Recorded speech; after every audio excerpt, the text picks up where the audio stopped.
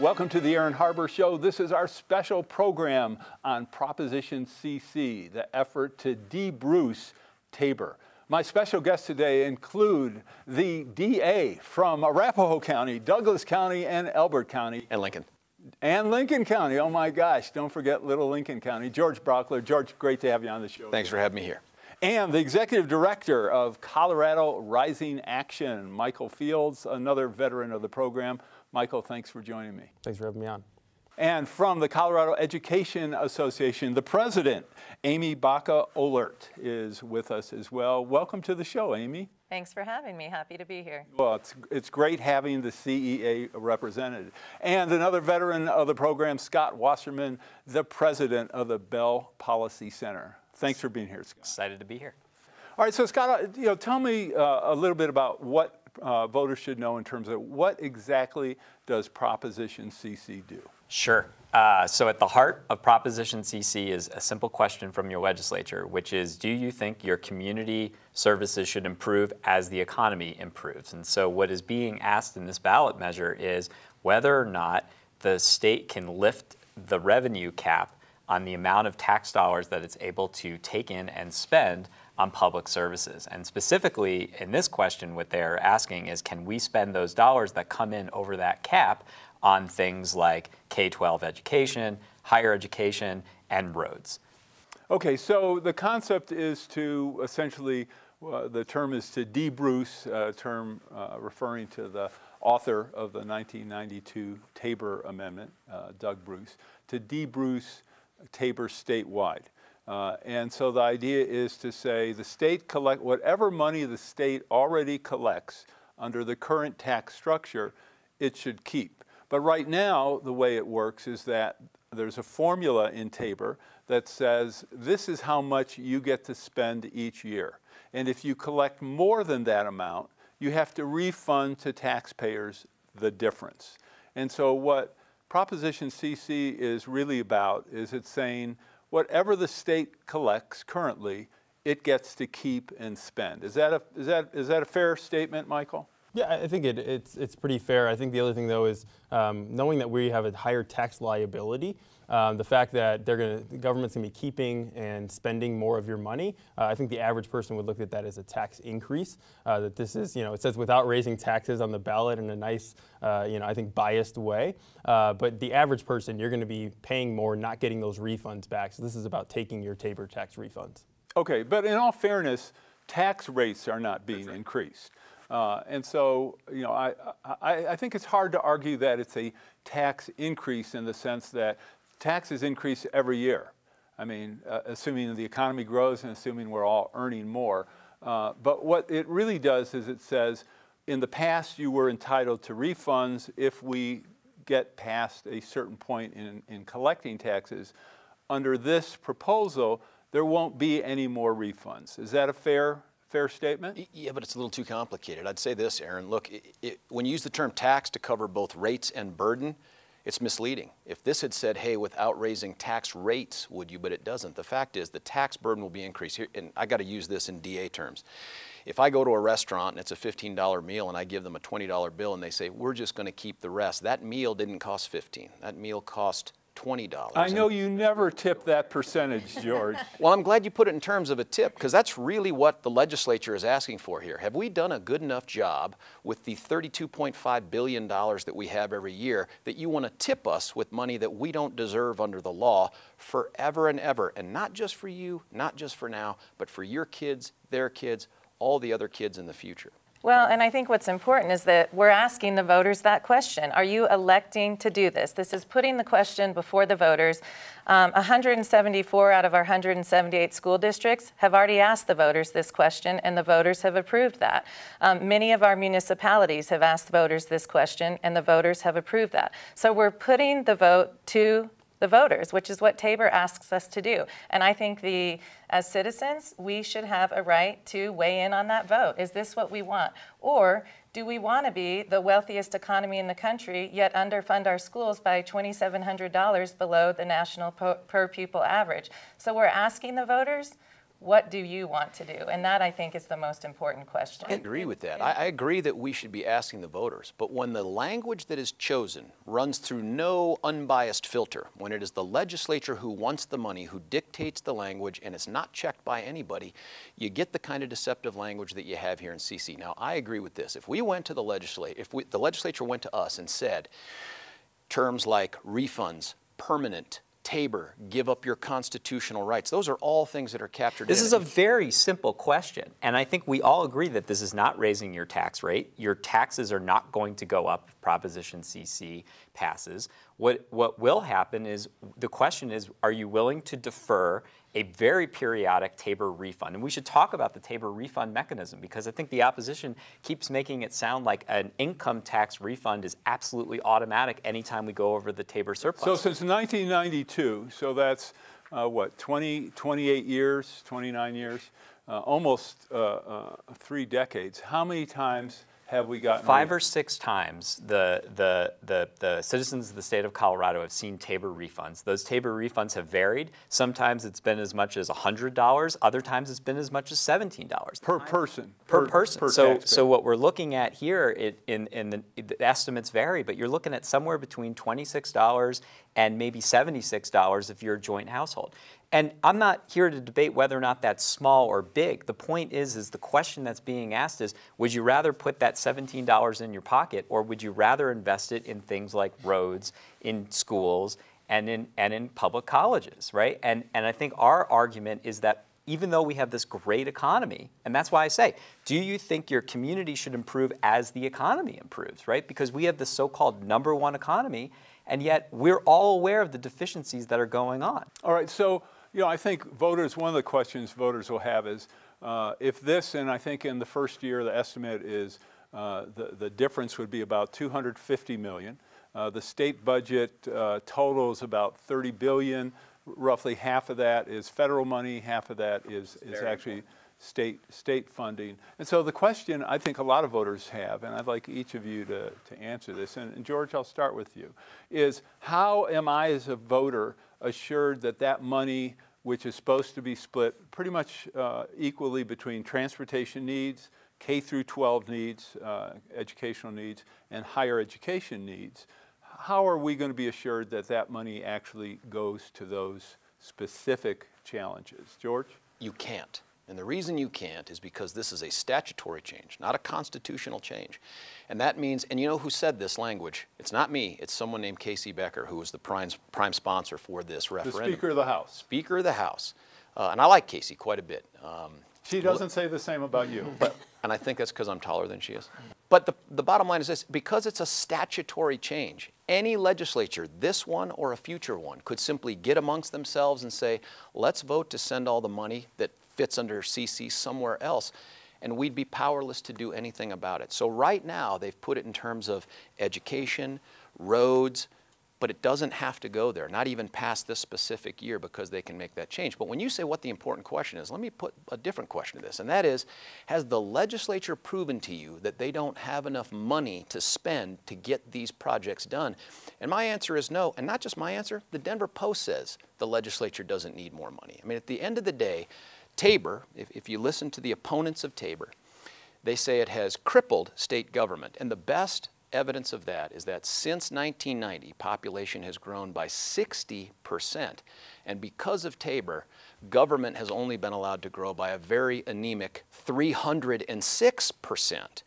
And yet we can't figure out a way to spend money and prioritize it on things like schools and teachers where it should go. All right, so I want to hear from Michael, but first I'd like to hear a response from that. Scott, can you elucidate? There are so many things to respond to, and I don't want to. You have 30 seconds. I will do my best. First of all, I ask that any of your viewers Google, as they're watching this, Referendum C audit. And what you will quickly find on the legislative website is a table that shows you exactly how Referendum C dollars were spent when we had a very similar debate back in 2005 and passed Referendum C. And what you will see is exactly how those dollars were spent. And I'm more than happy to discuss, the issues that the opposition is bringing up about how those dollars are spent. But to this day, we continue to account for how referendum C dollars are spent. The exact same procedure will be used for Proposition CC. So that's the first point I want to make. I also think we need to discuss on this program the very erroneous numbers that the opposition is using in terms of budget growth. They talk about, a $30 billion budget. The fact of the matter is, when we talk about the taxes that Coloradans pay, we're talking about a $12 billion general fund budget, and we cannot find any scenario in which the budget has grown by 300%. And the only way we think we can approximate that is if you don't adjust for population and inflation, if you use only raw numbers, and you use very large numbers that look at federal funds, cash funds, and general funds. So let's argue about the facts rather than just making up really big numbers that completely distort the reality of the state budget, which on average has only grown about 4% when you adjust for population and inflation. All right, Michael, I want you to answer your question about the guarantee. There isn't a guarantee. This would really be a blank check to the legislature. And Casey Becker's quote, the Speaker of the House, said, "We can't tie the hands of future legislators. They can do whatever they want." But what they want to do is tie the hands of future taxpayers and say this is a permanent taking away of your refund. This refund would be $1.7 billion according to the governor, projections over the next 3 years. This is a lot of money over time. But I think to Scott's point about the budget growth, Pew Research came out with a study about, since the recession happened in 2008, how much have general funds grown across the country. Colorado is number 2 in the country. Number 1 is North Dakota. Obviously, they had a big oil and gas boom there. But we are spending more and more out of our general fund and the larger budget. What we have to have a discussion is, where is that money going, right? And do they need more of that, or is that money back, back in taxpayers' hands better? All right. Well, keep in mind also, I mean, if you use the recession as your baseline, you're going to have, compared to other states. We fell the farthest. But nevertheless, Michael, no, we fell the understand. farthest, and the Pew study, actually, if you read the study, goes on to talk about how the reason Colorado ranks so high in that is because Colorado was among the states that fell the farthest and had to bounce back the most. That's what we found in the study. It seems, and I want Michael and George to address. It seems to me that the bottom line is that you don't trust government with that money. Is that what this is really about? I don't trust a legislature to come up with, we're going to tax people. I come from Illinois, and they just raise taxes whenever they want. Now 100,000 net people are leaving each year. I look at this and say, the legislature is very busy during those 5 months that they're in session. They're doing 500 bills. They're figuring out how to spend money, how to pass legislation. All we're saying is, if you want more of our money, and this is what Tabor does, you have to convince people. If you want to do a bullet train or single-payer health care or anything, you want to grow government, you have to go to the people and decide. So I trust people more. And this is about ultimately repealing Tabor. And Scott is somebody who wants to repeal Tabor. He wants to raise taxes. And this is the first step in that line. And so this is why the other side's fighting so hard. It's not about this Prop CC money as much as it's about, how do we get rid of Tabor and go after a progressive tax increase. Doesn't it do the opposite? This is doing what Tabor asked us to do, which is, to me, is extremely important. We are asking the voters that question, and I absolutely do believe in that. I think part of the accountability, yes, there will be an independent audit that will happen annually, which is very important. We've seen how that's worked with Referendum C.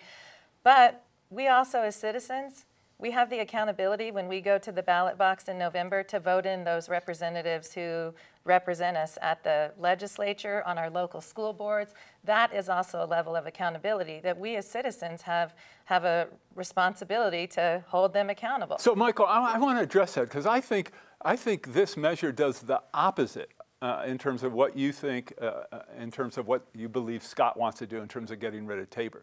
And the reason is, if this measure passes, the two key provisions of Tabor still remain. I mean, one is that if there is a desire for a tax increase, an increase in tax rates, for example, the legislature, government entities, whatever, still have to come to us, the people, for permission to do that. And so it seems to me that this undermines an effort to get rid of Tabor. Well, I don't think so at all. I mean, I think you look at the supporters, the people who are giving big money. I mean, they're over $2 million now on money raised. These donors who are giving it want to repeal Tabor. They want to get rid of it. And they say, look, if we can't win a debrucing measure with this kind of ballot language, how can we go on next year or the year after and repeal Tabor? I agree. I think voters should be able to decide on this, and I'm glad they are. But the only time that you hear that argument from this side of things is when they want more money, right? So Governor Polis wants to cut taxes. He wants to do a 3 to 5% cut to income taxes and fill in some loopholes.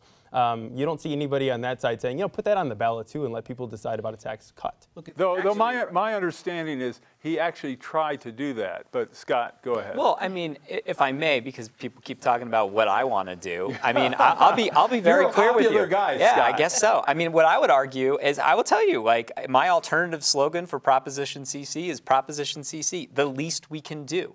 If I had my druthers, yes, we would have sufficient revenue to fund our roads. We'd have sufficient revenue to pay our teachers well. We'd have sufficient revenue to make sure everyone can access a community college and make sure they get a higher education and go on to a better life, right? I mean, that's our goal.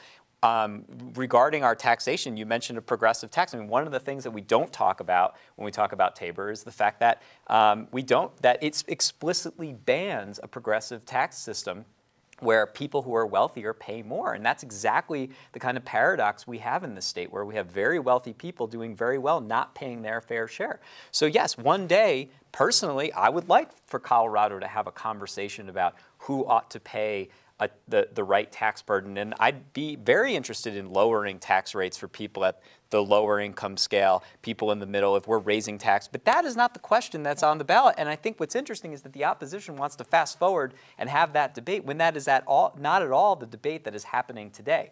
And the debate that is happening today is, should your community improve as the economy improves? This is a respect to the voters by asking the voters the question and saying, what is the will? What is your will, voters, to Then tell them the live in a truth great about it. Colorado? Tell them the Right. truth. So and I think and your point, Amy, is that, you know, under Tabor, if you want to make a change, you are required to ask the voters. You want to make a change, you're asking the voters. It's up to them. Okay, one of the claims of the opponents is that this is going to hurt seniors and veterans. Michael, tell me how you believe that's the case. Yeah, so the way the money is refunded right now, it goes to senior homestead tax exemption and veterans. And basically, if you look at that, the state helps backfill that with this refund money.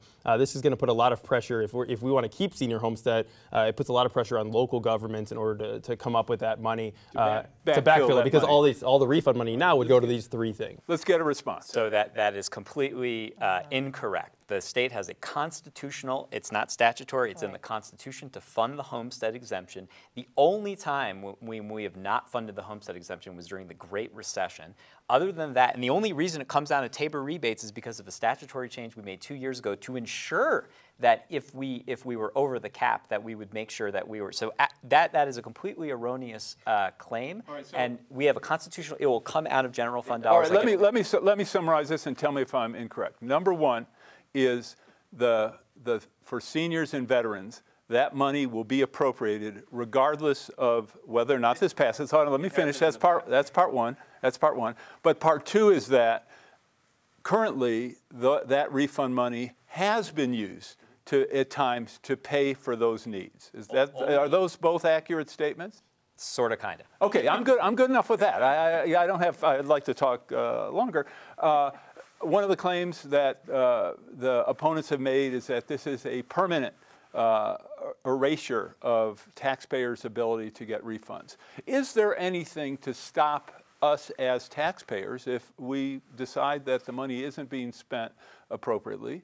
Is there anything to stop us from coming back to the ballot and reinstating refunds or amending Tabor in another way? Is there anything? You're the lawyer on well, there are more than one, but you tell me, George.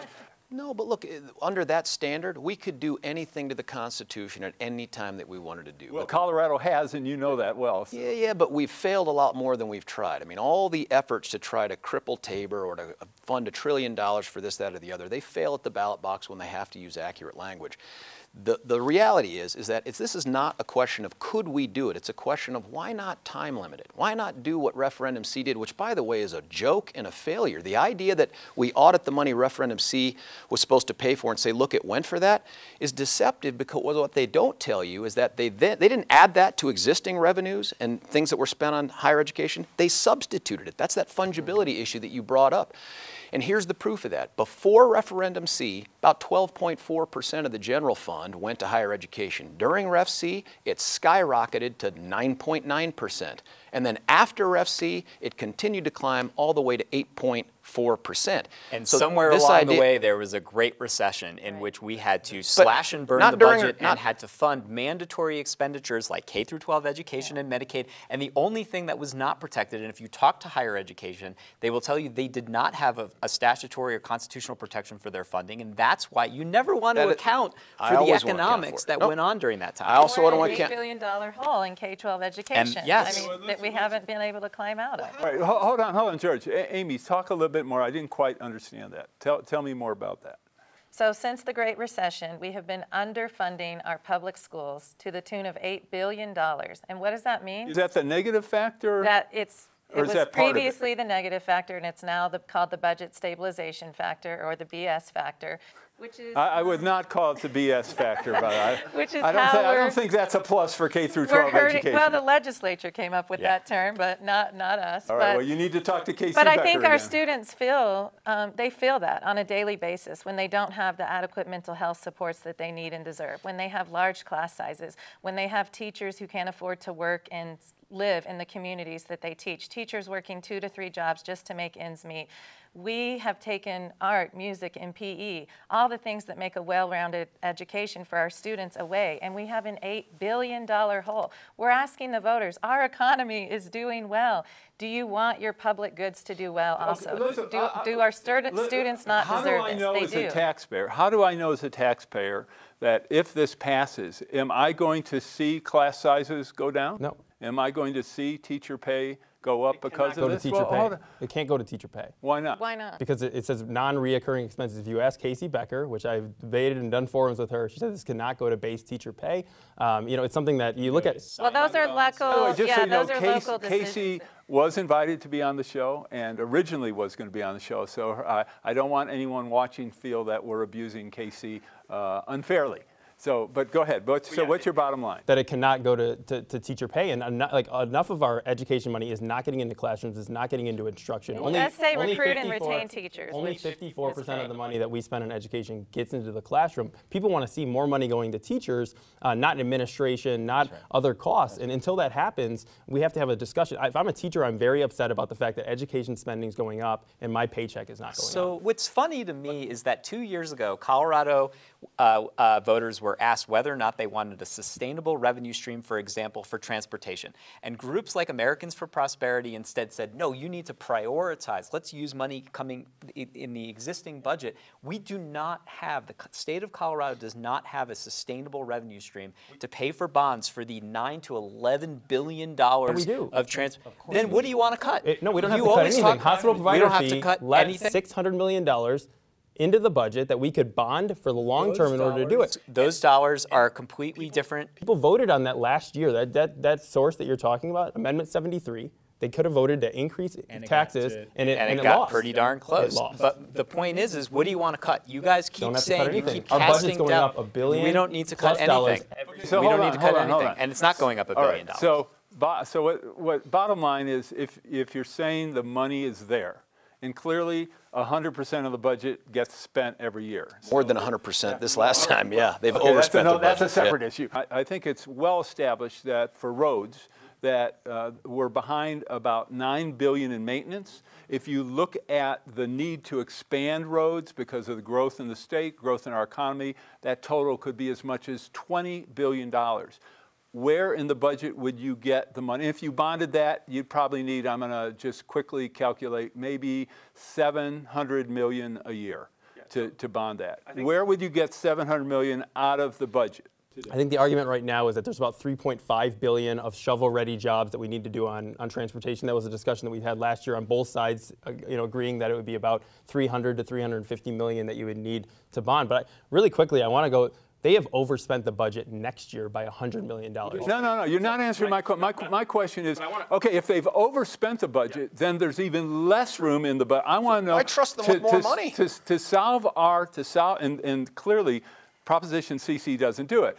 But to solve our transportation problems long term and have the kind of roads and highways Coloradans want and need, to have the kind of roads and highways that our economy and a growing economy needs, where do we get $700 million a year? We've taken a lot of that $600 million from the hospital provider fee a couple years ago, put it into education, and into transportation. What they won't do is commit that money long term, right? So we are putting hundreds of millions of dollars more into transportation in the last 2 years. What we need to do is bond that amount and start paying for these things. What we need to do is take the education money that we're spending, put it into the right spot, right? Put it into teacher pay and into instruction. Then we can have a discussion, do we need more money after that? But we are spending it in those Aaron, areas. what I would wish more than anything, and I said this on Twitter to George, is I would love for you guys to be on the Joint Budget Committee. I would love for you to weigh day after day the decisions that face that committee, because they do prioritize.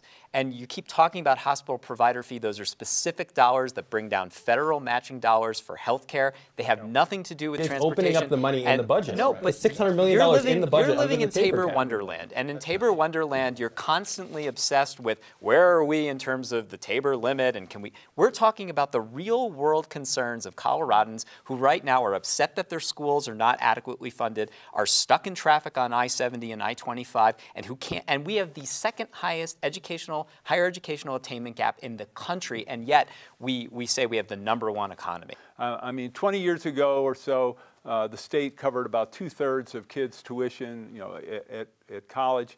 Today, it's down to 1/3. A lot of families cannot afford to go to college, and even going routes where it's relatively inexpensive, like community colleges, and we've got a great community college system here in Colorado. Where do we get the resources, or should we, to fund our institutions of higher education, community college, four-year colleges, other training, so that our kids are prepared for the economy of the future? Michael. I think that's a good question. I think when you look at it, higher education is a much more complex issue given how much the costs go up and everything that's happening across the country, and you have to be competitive with facilities and everything else. I think what it does, my answer would be Prop CC doesn't fix that problem. And you look at somebody like Hank Brown, who was the president, a former senator, president of CU. He supported Ref C and then said, look, we were lied to about we were going to get more money. That did not happen. So he's on our side of this. And Governor Owens is the same way and said, look, we had a problem in 2005. He really helped support and pass Ref C, and now he is saying vote against Prop CC. So looking at it and saying, you know what, I think that's a great discussion to have about higher education and what we want to do with it, but Prop CC doesn't do anything about it. I think when you look at the current university presidents that are supporting Prop CC and the deans, and this really is about what is the Colorado that we want and deserve. When we have families who can't afford to go to higher education, that hurts all of us as citizens of this state.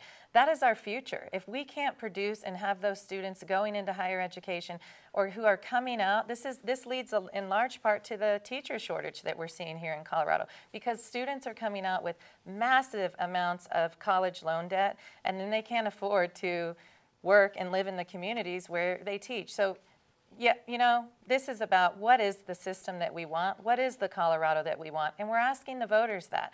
Do you want a system where only the few can go to higher ed, or do we want a system where no matter what your zip code is, you can have access to that American dream, that Colorado dream, for the Colorado that we all want and deserve? All right, is it fair to say that with the division, with the amount of money we're talking about, which for the total budget is actually relatively small, to be honest with voters, and the fact that it's divided three ways between K through 12 education, higher education, roads and transportation, that passage of Proposition CC, why it will help address these issues, it doesn't really come close to solving the major problems in any of these three areas. Is that a fair statement? Absolutely. That is fair. All of you would agree. So one of the things that I'm certainly willing to do is, if this passes, I will review, and with my audience, if available, the audit each year. And because one of the issues I'm most interested in is this fungibility issue.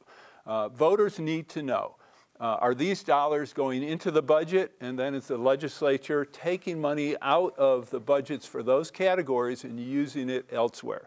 And if they do, I think voters should throw the rascals out. But of course we won't know unless it passes and we get to see. In tracing that, we'll see how good that audit is, because the key is what's going on. Obviously we know that if a budget for higher education gets cut, we know the promise has not been kept. But if it goes up by just the amount from Proposition CC, I'm going to be suspicious because it should have gone up to some extent anyway. Anyway, we're more than out of time. Scott, Amy, Michael, George, thank you so much. Remember to vote on November 5th. You will actually be getting ballots. This is a mail ballot for the most part. You'll be getting ballots before then. I'm Aaron Harbour. Thanks for watching. We'll see you next time.